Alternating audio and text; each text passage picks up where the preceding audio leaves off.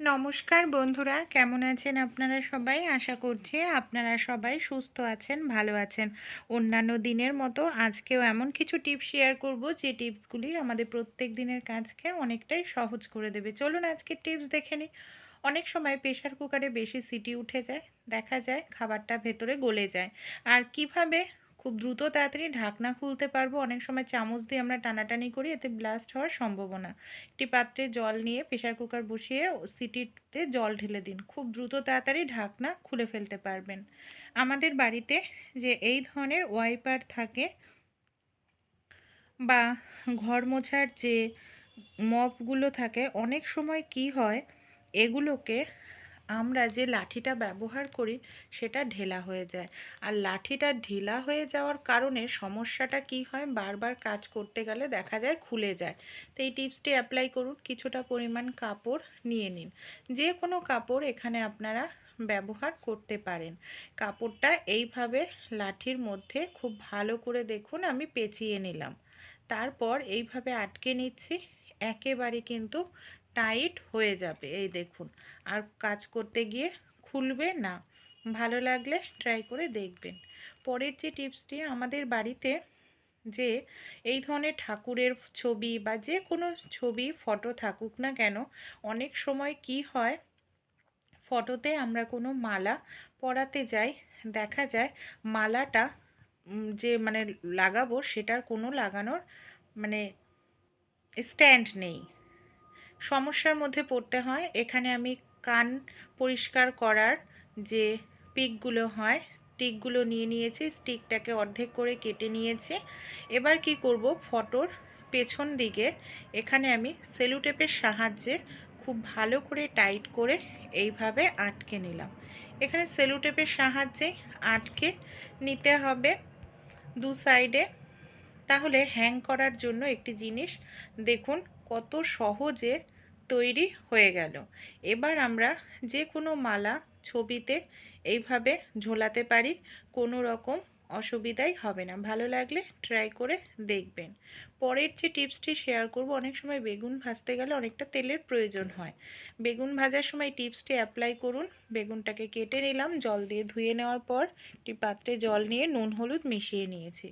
নুন হলুদ মেশানো জলের মধ্যে আমাদের বেগুনটাকে 5 মিনিট ডুবিয়ে রাখতে হবে। তারপর যদি বেগুনটা ভাজি, খুব কম তেলেই বেগুনটা কিন্তু ভাজা হয়ে যাবে।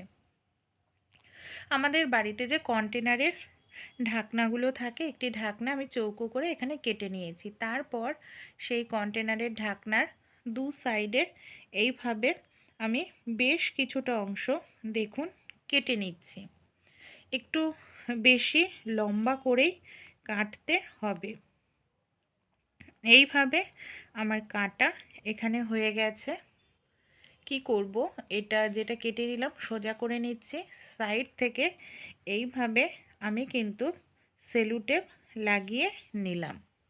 অনেক সময় আমাদের দরজার যে স্ট্যান্ডটা থাকে সেটা হয়তো ভেঙে যায়, নষ্ট হয়ে যায়, সেই ক্ষেত্রে আমাদের সমস্যার মধ্যে পড়তে হয়। তাই এই ধরনের আপনারা একটি কন্টেনারের ঢাকনাকে কেটে খুব সহজে স্ট্যান্ড তৈরি করে নিতে পারবেন। সেলুটেপটাকে মেজুর সঙ্গে এইভাবে আটকে দেব, বা আপনারা ডবল টেপের সেলুটেপও ব্যবহার করতে পারেন। দরজা এইভাবে রাখলে সহজে দেখবেন দরজাটা আর জোরে জোরে বন্ধ হবে না, খুলবে না, একটা জায়গায় ফিক্সড হয়ে থাকবে। ভালো লাগলে আইডিয়াটি ট্রাই করতে কিন্তু ভুলবেন না। অনেক সময় রুটি করতে ব্যালন চাকি প্রয়োজন পড়ে, বা হাতের কাছে ব্যালন চাকি না থাকলেই দুটো থালার সাহায্যেই আমরা এইভাবে রুটি তৈরি করে নিতে পারি। একটি থালার ওপরে রুটি তৈরি করা লেচি রেখে আরেকটি থালা দিয়ে গোল করে এইভাবে ঘোরালেই খুব সুন্দর পারফেক্ট রুটি আমাদের তৈরি হয়ে যায়। অনেক সময় দেখা যায় আমাদের ঘরে মশা মারা তেল বা কয়েল নেই, সেক্ষেত্রে মশা খুব উৎপাত শুরু করে, কামড়াতে থাকে। তাই ভিক্স আমরা যেটা বাচ্চাদের সর্দি কাশি হলে দিয়ে থাকি, সেই ভিক্স আমি এখানে নিয়ে নিচ্ছি। সামান্য পরিমাণ আমি ধূপকাঠিতে লাগিয়ে নিলাম। যে ধূপকাঠি আমরা পুজো অর্চনায় ব্যবহার করি সেই ধূপকাঠিই কিন্তু এখানে আমি নিয়েছি। ধূপকাঠিটার মধ্যে ভিক্স লাগিয়ে নেওয়ার কারণে ভিক্সের গন্ধে দেখবেন মশারা ঘরের থেকে খুব দ্রুত তাড়াতাড়ি পালিয়ে যাবে। পরের টিপসটি চলুন আমরা দেখে নিই। ছোট্ট সূচে সুতো পরাতে আমাদের অনেকেরই খুবই অসুবিধা হয়, তাই এই টিপসটি অ্যাপ্লাই করুন। আমাদের প্রত্যেকের বাড়িতেই থাকে টুথপেস্ট। সামান্য পরিমাণে একটু টুথপেস্ট নিয়ে নিন, আর টুথপেস্টটা সুতোর মাথাতে লাগিয়ে এভাবে একটু ডলে দিন। সঙ্গে সঙ্গে সুতোর মাথাটা দেখবেন শক্ত সোজা হয়ে যাবে। সুতোর মাথাটা সোজা হলে ছোট্ট সূচে সুতো পরাতে আর অসুবিধা হয় না, কারণ সুতোর মাথা নড়াচড়া করলে সূচ ঢুকতে চায় না। এই দেখুন কত সহজেই সেকেন্ডের মধ্যেই কিন্তু আমরা ছোট্ট সূচের মধ্যে সুতো পরিয়ে নিতে পারলাম। ভালো লাগলে ট্রাই করতে ভুলবেন না। আমরা যে মিক্সার জার প্রত্যেক দিন ব্যবহার করি, অনেক সময় ছোটোটা তো রেগুলার ব্যবহার করা হয়, মাঝারি বা বড়টা অনেক সময় তুলে রাখি। তুলে রাখলে কি হয়, জ্যাম হয়ে যায়। এটা যখন ব্যবহার করতে যাই দেখা যায় ব্লেডটা মিক্সার জারের ঘুরছেই না, খুবই সমস্যার মধ্যে পড়তে হয়। সেক্ষেত্রে এই টিপসটি আপনারা অ্যাপ্লাই করুন। এখানে আমি দেখুন নিয়ে নিয়েছি সামান্য তেল।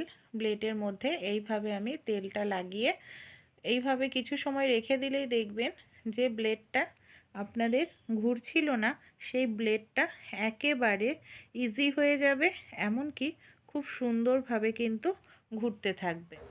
ছোট্ট সূচের মধ্যে অনেক সময় আমাদের সুতো পরাতে খুবই সমস্যা হয়ে পড়ে। যদি বাড়িতে কেউ বয়স্করা থাকে তাদের পক্ষে কিন্তু এই কাজটি খুবই কষ্টকর। সহজ একটি টিপস আমি আপনাদের সঙ্গে শেয়ার করব। ছোট্ট সূচে খুব সহজেই সুতো পরিয়ে নিতে পারবেন শুধু একটি পেনের সাহায্যে। কিভাবে চলুন পেনের সাহায্যে আমরা ছোট্ট সূচে সুতো পরিয়ে নিই, দেখে নিই। আমাদের প্রত্যেকের বাড়িতেই এই ধরনের পেন কম বেশি থাকে। পেনের কালি শেষ হয়ে গেলে পেনগুলোকে ব্যবহার করি না, আমরা কি করি, ফেলে দিই। এই যে পেনের ঢাকনাটা, এটার সাহায্যে আমরা ছোট্ট সূচে সুতো পরিয়ে নিতে পারবো। এখানে আমি ঢাকনা নিয়ে নিয়েছি, আর আমাদের বাড়িতে যে ইলেকট্রিক তার থাকে না, তার ভেতরের যে তামার তার থাকে, এখানে দেখুন আমি তামার তার নিয়ে নিচ্ছি। যেহেতু ছোট্ট সূচে সুতো পরাবো তাই আমি একটি তামার তার নিচ্ছি। যদি আপনাদের সূচ বড় হয় তাহলে দুটো তিনটে তামার তার একসঙ্গে নিয়ে নেবেন। তামার তারটাকে সবার প্রথমে আমি এইভাবে ভাঁজ করে নিয়েছি, আর আমাদের পেনের ঢাকনার মুখের ওপরের দিকে দেখবেন ছোট্ট ছিদ্র থাকে, তার মধ্যে আমাদের তামার তারটাকে এইভাবে ঢোকাতে হবে। নিচের দিকটায় আমি কি করব, তামার তারটাকে মুড়িয়ে দিলাম, আর ওপরের দিকে তামার তারটাকে পেঁচিয়ে নিয়েছি, সামনের একটু অংশ ফাঁকা রেখেছি। এবার আমাদের একটি কাজ করতে হবে, যার সাহায্যে তামার তারটা খুব ভালোভাবে পেনের ঢাকনার সাহায্যে মানে ঢাকনার সঙ্গে সেট হয়ে যায়। এখানে আমি নিয়ে নিয়েছি আঠা। এই ধরনের এমন আঠা নেবেন যে আঠাগুলো খুব মজবুত হয়, ফেভিকল জাতীয় মানে ফেভিকুইক জাতীয় আঠাগুলো নিতে হবে। এবার তামার তারটাকে এইভাবে আমি যে পেনের ঢাকনা নিয়েছি তার সঙ্গে ফেভিকুইক আঠা দিয়ে দিলাম। এইভাবে আমাদের চেপে দিতে হবে, তাহলে পুরোপুরি তামার তারটা পেনের ঢাকনার সঙ্গে ফিক্সড হয়ে যাবে। এরপর কিছু সময় আমাদের রেখে দিতে লাগবে। এই দেখুন কিছু সময় রেখেছিলাম, আমি টেনেও দেখাচ্ছি, এটা কিন্তু একেবারে ফিক্সড হয়ে গেছে ঢাকনার সঙ্গে, আর কোনোভাবেই খুলবে না। এই ধরনের নানা ধরনের অর্গানাইজার বাজারে কিনতে পাওয়া যায়, যেটার দাম অনেকটাই বেশি। বাড়িতেই আমরা তৈরি করে নিতে পারি, আর ছোট্ট সূচে এটার সাহায্যে খুব সহজেই সুতো পরিয়ে নিতে পারি। এবার দেখুন কিভাবে এটার সাহায্যে আমরা সুতো পরাবো। সবার প্রথমে যেটা করতে হবে, যে সুচটার আমরা সুতো পরাতে চাই সেই সুচটা নিয়ে নিয়েছি। এখানে আমার সুচের ছিদ্রটা কিন্তু একেবারেই ছোট। সবার প্রথমে সুচটাকে এইভাবে আমি তামার তারের মধ্যে ঢুকিয়ে নিলাম। এবার যে সুতো আমরা পরাতে চাই সেই সুতোটাকেও তামার তারের যে ছিদ্র আছে তার মাঝখানে আমাদের ঢুকিয়ে নিতে লাগবে। এই দেখুন আমি দেখিয়ে নিচ্ছি কত সহজেই এটার মধ্যে ঢুকে যাবে। তারপর আমরা কি করব, সুচটাকে আমরা এইভাবে টেনে বের করে দেব। ব্যাস হয়ে গেল ছোট্ট সূচে সুতো পরানো। যখন প্রয়োজন তখন আমরা সূচে সুতো পরিয়ে নিতে পারবো, কারো হেল্প ছাড়াই। এটাকে আমরা সুতোর কৌটোর মধ্যে যত্ন করে রেখে দিলেই কিন্তু এটার সাহায্যে আমরা বছরের পর বছর সুতো পরিয়ে নিতে পারবো। যেহেতু তামার তার ব্যবহার করা হয়েছে, এটা সহজে নষ্টও হবে না আর অনেক দিন টেকসইও হবে। আইডিয়াটি আপনাদের কেমন লাগলো অবশ্যই আপনারা আপনাদের মতামত কমেন্টে জানাতে ভুলবেন। পরের টিপসটি যেটা শেয়ার করব, অনেক সময় শাক কাটতে গেলে আমাদের হাতের মুঠোতে ধরে শাক কাটতে হয়, হাত কেটে যায়। তা কোনো রকম ছুরি বটির প্রয়োজন পড়বে না। ছুরি বটি ছাড়াই আমরা কিন্তু খুব সহজেই শাক কেটে নিতে পারি। হ্যাঁ, আমাদের প্রত্যেকের বাড়িতেই সুতো থাকে। এখানে দেখুন আমি সুতো নিয়ে নিয়েছি। সুতোটা শাকের মধ্যে এইভাবে পেঁচিয়ে নেব আর সুতোটা ধরে টান দেব। কত সহজেই আমাদের শাকটা কাটা হয়ে যাবে। ছুরি বটির কোনো কিছুর প্রয়োজন পড়বে না। আপনারা যতটা ঝিরিঝিরি করে শাকটা কাটতে চান ততটা ঝিরিঝিরি করেই কিন্তু শাকটাকে কেটে নিতে পারবেন। দেখুন পুরোটা শাকই কিন্তু আমি এইভাবেই কেটে নিলাম। তাই ভালো লাগলে অবশ্যই এই ছোট্ট টিপসটি আপনারা ট্রাই করে দেখতে পারেন। আশা করছি উপকার পাবেন। পরের যে টিপসটি শেয়ার করব, এই ধরনের যে শাকগুলো হয় মেথি শাক বা বেতো শাক, এই ধরনের শাকগুলোর পাতাগুলো তো আমরা নিয়ে থাকি, কিন্তু একটি একটি করে পাতা বাছতে গেলে অনেকটা সময় লেগে যায়।